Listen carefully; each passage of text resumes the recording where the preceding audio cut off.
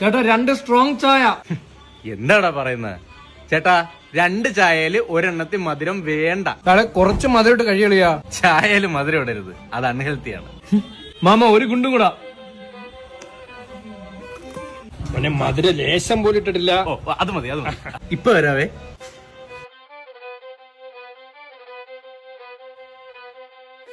എടാ നീ വിത്തൗട്ട് ചായ പറഞ്ഞിട്ട് ജിലേബി തിന്നുന്ന പയ്യടാ. ചായ മധുരം ഇട്ടിട്ടില്ല, സേഫ്. അതെ, നേരത്തെ കുടിച്ച ചായ എനിക്ക് ഒന്നും ആയില്ല. ഒരു ചായയോടെ കുടിച്ചാലോ? വിത്തൗട്ടായിരിക്കും. പിന്നല്ലാതെ.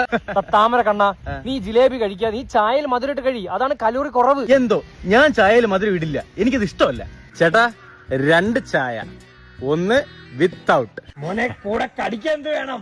5 ഉഴുന്നുവട. ആഹാരം കറക്റ്റ് നമ്മൾ കൺട്രോൾ ചെയ്തില്ലെങ്കിൽ പ്രശ്നമാണ്. ഉച്ചയിൽ വരെ കൊഴുപ്പിറങ്ങും.